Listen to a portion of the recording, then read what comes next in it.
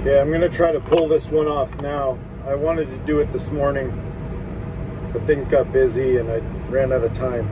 So we're gonna talk about 6 combines with 1 cart, and that it's doable within reason if the trucks are close enough, or if the crop isn't too productive bushels wise. So the main rectangles, the entire field. These 2 rectangles are unharvested crop, and 1, 2, 3, 4, 5, 6 combines. Let's say you load a truck over here and you come back into this scene. It's like, what do you do? Okay, well, there's many ways to skin the cat, as they say, but here's one way of looking at it. Even if some of the combines in here are blinking, consider running straight to this one and unloading this one, because it's going away from you. You are here, it's going away. 1, 2, 3 are coming to you, and these ones are close. So if you dump that one, they're going to go that way and turn and come back this way, if they've counted their lines right, whatever.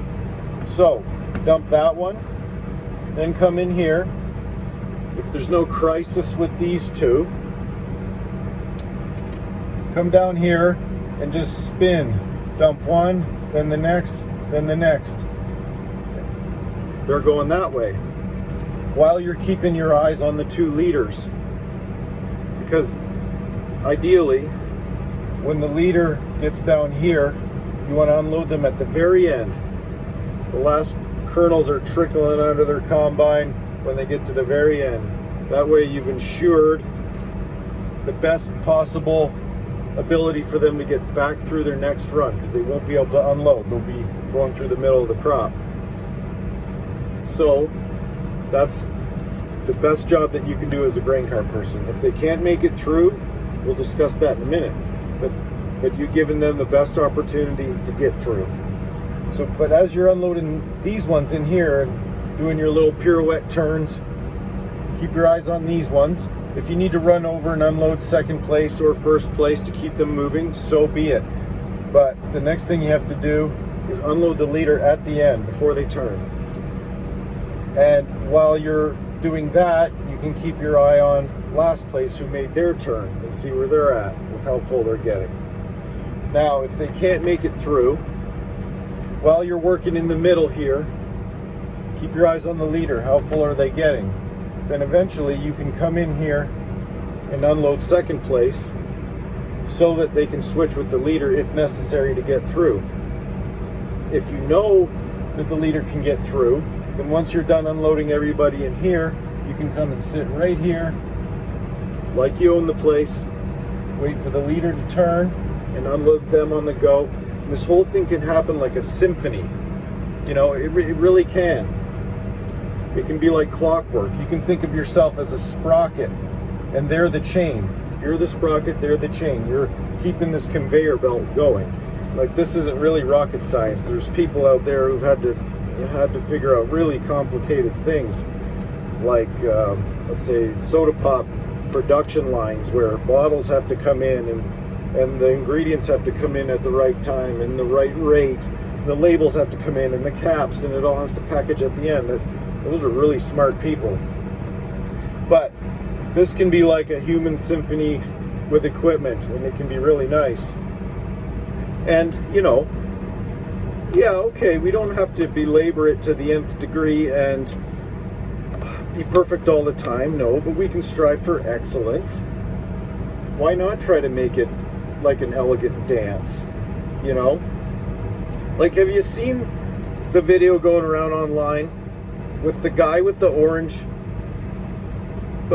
things, and he's a ground crew member at an airport, and he has these orange sticks, and he does this funny dance because his job is to direct the airplane to make sure it doesn't hit anything. So he does this funny dance as he's walking beside the airplane, and someone from within the airplane filmed it, and it's pretty funny, right? Well, did he have to do that? No. And could one think of their job as, well, I go to work and I hold orange sticks for 8 hours and then I go home, and the pilot guy's the most important guy? Well, you could think of it that way, or you could think, my job is to ensure that the wingtips on this plane don't get broken off so that the passengers can get to the other end safely, so that they can go on with their lives. And then all of a sudden your job sounds really, really important, almost as important in that moment as the pilot's, if not as important, because his job is to ensure the safety of the flight in the flight. That guy's job is to ensure the safety of the plane on the ground. So we can think about our jobs as being important and try to be excellent in them. You know, why wouldn't we want to do that? You know, or think of the chef who designs this meal and runs this complicated kitchen and maybe has to serve a big dining room, but they plate up their meal, maybe they give it a little spin, put a garnish of something on it, and give the server a wink. Like, was any of that necessary? No, it's extra.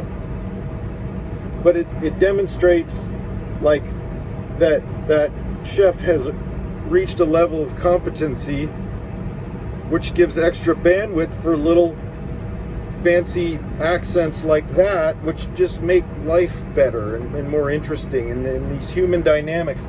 You know, in here, we don't talk a lot, but all the combine drivers unload differently and act differently in the field, and our moods change throughout the day, and we have to be servants to the combine drivers and unload them in appropriate places at appropriate times, not through water washouts or in pigeonhole in the corners with trees, or when they can't see, or not be in their way and that kind of thing. Like, if we put that extra effort into being good servants in the field, then the whole field runs nicely, and these mega-dollar machines keep moving, and everyone's happy.